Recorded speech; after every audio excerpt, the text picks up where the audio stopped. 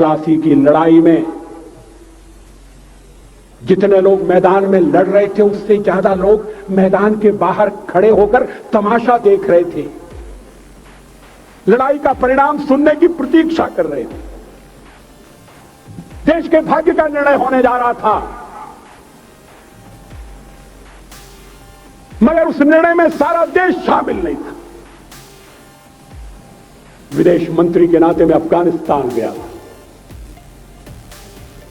आपको सुनकर ताज्जुब होगा, अफगानिस्तान के अपने मेजबानों से मैंने कहा मैं गजनी जाना चाहता हूं, गजनी। पहले मेरी बात उनकी समझ में नहीं आई, कहने लगे गजनी तो कोई टूरिस्ट स्पॉट नहीं है, गजनी में कोई 5 स्टार होटल नहीं है, गजनी में आप जाकर क्या करेंगे, गजनी में आप जाकर क्या देखेंगे। मैं उन्हें पूरी बात नहीं बता सकता। मेरे हृदय में कहीं गजनी कांटे की तरह से चुभ रहा है। जब से मैंने गजनी से आए एक लुटेरे की कथा पढ़ी है और किशोरावस्था में पढ़ी है, मैं देखना चाहता था वो गजनी कैसा है। आपको सुनकर ताज्जुब होगा, महमूद गजनी का अफगानिस्तान के इतिहास में कोई स्थान नहीं है।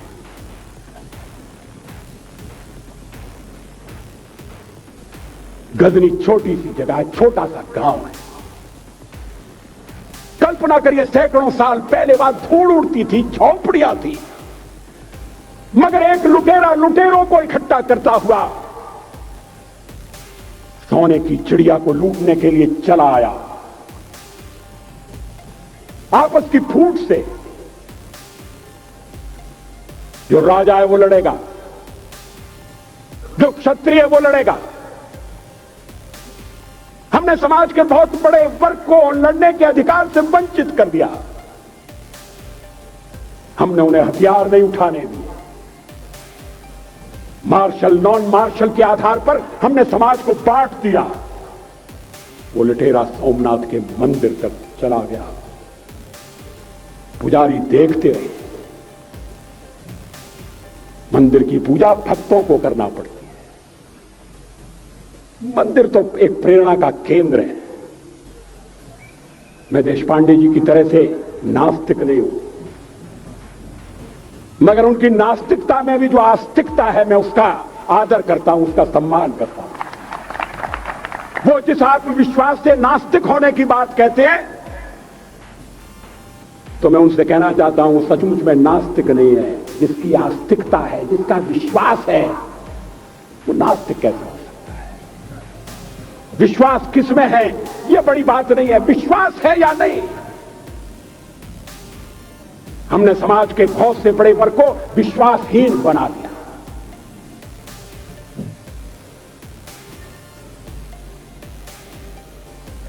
लोगों ने हथियार नहीं उठाए, वेद पढ़ने के दरवाजे बंद कर दिए। इसलिए हम पादाक्रांत हुए। अफगानिस्तान में मैंने एक बात और देखी। मुझे जिस होटल में ठहराया गया उसका नाम था कनिष्क। अफगानिस्तान एक मुस्लिम देश है। मुझे बड़ा ताज्जुब हुआ, मैंने कहा कनिष्क यहां कहां से आया। तो मेरे साथ अफगानिस्तान के विदेश मंत्री थे। मैंने कहा कनिष्क आपका कौन लगता है, कनिष्क से आपका क्या संबंध है। कहने लगे कनिष्क हमारा पूर्वज है, कनिष्क हमारा पुरखा है। He was one of our forefathers। मैंने कहा तब तो हमारे आपके पुरखे एक हैं। अफगानिस्तान के लोगों ने उपासना पद्धति बदली है, संस्कृति नहीं बदली। आज के भारत के परिवेश में यह सुनने के बाद थोड़ा विचित्र लगता है। हमारे यहां तो धर्मांतरण के साथ राष्ट्रांतरण होता है, ऐसा दृश्य दिखाई देता है। पड़ोसी देशों में ऐसा नहीं हुआ। अभी राम जन्मभूमि का मामला चल रहा है। एक विदेशी आए, कहने लगे राम जन्मभूमि का क्या झगड़ा है। हमने कहा इस पर विवाद हो रहा है कि श्री राम कहां पैदा हुए थे, और जहां पैदा हुए थे वो स्थान उनके मंदिर के लिए प्रयुक्त किया जाए या न किया जाए। वो इंडोनेशिया से आई है, वो मुसलमान है। कहने लगे हम तो समझते थे कि राम के लिए सारे भारत में आदर होगा, सम्मान होगा। हमने कहा ये आपने कैसे समझा?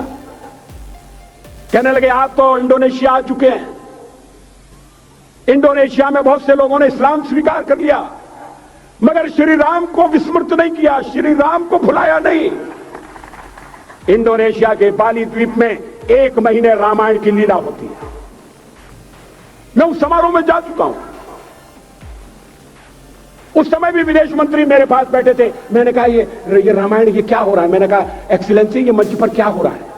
कहने लगे एक्सीलेंसी आपको पता होना चाहिए। हमने कहा मुझे तो पता है मगर मैं जानना चाहता हूं। कहने लगे ये रामायण है, ये राम है, ये लक्ष्मण है, ये सीता है। हमने कहा इनसे आपका क्या संबंध है? आप तो मुसलमान हैं। कहने लगे हमारा संबंध बहुत पुराना है, हमारा तब का संबंध है जब हम मुसलमान नहीं हुए थे। थाईलैंड की राजधानी अयोध्या कही जाती है। थाईलैंड के राजा को आज भी राम कहा जाता है। सावरकर जी ने हिंदू राष्ट्र की बात की, हिम्मत के साथ। बुनियादी तौर पर भारत हिंदू राष्ट्र है। Press the bell icon on the YouTube app and never miss another update.